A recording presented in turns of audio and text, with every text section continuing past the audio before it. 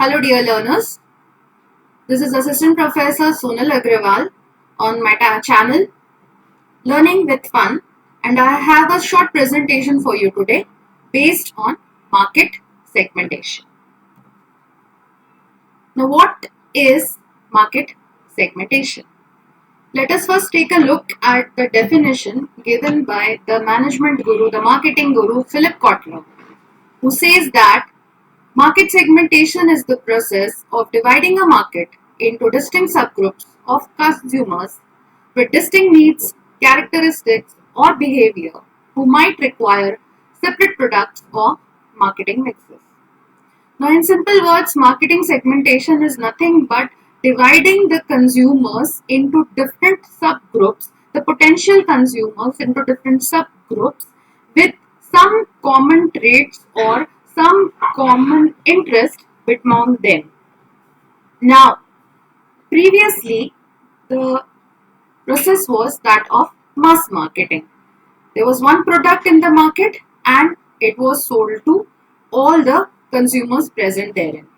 However, mass marketing is no longer possible in the current scenario, and every product and every company has to go into market segmentation. Now, there are certain bases of dividing, bifurcating, or segmenting the market, and the four main bases of market segmentation, as we can see in this chart, are geographic, demographic, psychographic, and behavioral. So one or the two of these bases will be employed by the companies to market their products or to sell their products to the target consumers. Now let us take a look at each of these bases of market segmentation one by one. The simplest and the oldest method of market segmentation is the geographic segmentation. It is based on the geographical boundaries or the physical boundaries, and based on the geographic segmentation one can divide the market into different geographical units that may be on the basis of the countries, the nations, the regions, the states within a country, the cities, and the neighborhoods. Now, here the geographic differences in needs and wants is the basis of the segmentation. Taking a look at this example, the concept will be clearer. Now, the entire Indian continent, the entire India is a very geographically vastly located country, and we do not experience the winters similarly in all the areas. So, while it is more cold in North India, some parts of South India, they do not experience winters at all. So, woolens would be sold greatly in North India, and in some parts of South India like Bangalore, Kodaikanal, Ooty, those are the few cities that can be named. Now, in this case, the woolen manufacturer may segment the market based on the winters that they experience. So, heavy woolens would be targeted in areas like Jammu and Kashmir, Punjab, and in the other parts of the country that do not experience very severe winters, they would go for lighter woolens, and in those segments wherein there are no winters, then the company may not target those markets at all, and hence this is how the geographic segmentation would be very beneficial to the manufacturer. Moving on to the next basis of segmentation, that is based on demographic features. The demographic features may include variables such as age, gender, family size, the religion, income, occupation, etc. Now, this is one of the easiest and hence one of the most popular bases of segmentation, because it has been usually observed that people belonging to one demographic segment, they tend to have similar likes, dislikes, and similar buying or purchasing patterns.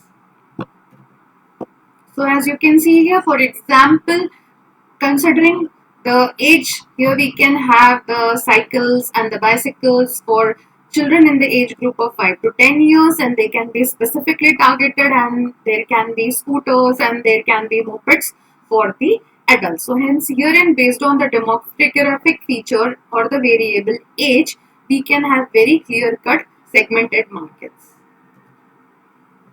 Now, based on gender, that is one of the most used basis of market segmentation. So we may have creams for women, and then we may have different cosmetic creams that are targeting the male population.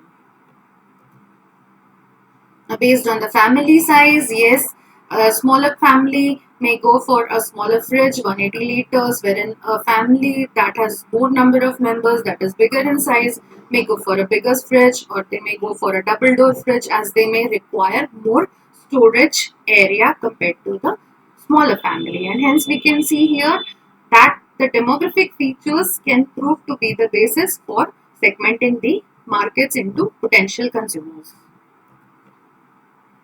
Now moving on to the next basis of segmentation, that is the psychographic basis. Here the buyers are divided into different groups based on their social class, lifestyle, their personality, characteristics. Herein it has been observed that people, the consumers residing within one demographic segmentation, they may differ on the basis of the psychographic features or tendencies, and hence it needs to be properly looked into. The example here will make it very clear. Now, people living within the same demographic area, they may opt for different options of vehicles. So, some families may prefer to go for an ordinary car that is smaller in size, maybe with lesser features. And the reason might be, apart from the income factor, the reason might be convenience. Maybe there might be parking problems, or they may find it difficult driving through the narrow lanes. And another family having similar income may decide to go for a luxury car, maybe because it is a status symbol, and maybe their lifestyle is such that they are more prone to purchase the luxury items. Hence, this is the psychographic segmentation of the market that may be adopted by the manufacturer or the seller. The last basis of market segmentation is based on the behavior of the consumer. Now, the behavior of the consumer will depend upon the knowledge, attitude, the uses and responses to the product. And many marketing personnel, they believe that it is one of the best starting points for building the market segmentation, starting the market segmentation process. Now, the behavioral segmentation is also based on the four types of characteristics like occasions, benefits, user status, and user rate. Let us take at each of these aspects.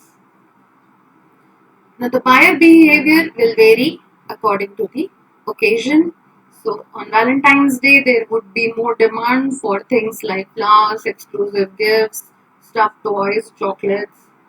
On Diwali, the buyers may prefer to purchase more of consumer durables, jewelry, heavy apparels, and other things. And then there are purchases made on birthdays. So, buyers can be grouped according to their behavior on occasions. Now, the hobbies, for those who are interested in sports, they may spend a lot of money in purchasing sports equipment and other allied products. And for those who are interested in music, they may spend a lot of money in purchasing musical instruments. So, again, that will help in segmenting the customers. Now, the benefits derived from a product, again, a powerful form of segmentation is to group the buyers according to the benefits that they seek from the product. So, different laundry detergent segmentation, they all have unique benefits. So, some claim to make your clothes softer, wherein some claim that they will clean the clothes very thoroughly. So, again, here the segmentation could be based on the benefits derived by the consumer from the product. The user status. The user status can be used to group the market into non-users, users, potential users, first-time users, and regular users. And finally, the user rate. Here the market can be segmented into light, medium, and heavy product users. Thank you so much and happy learning experience to you.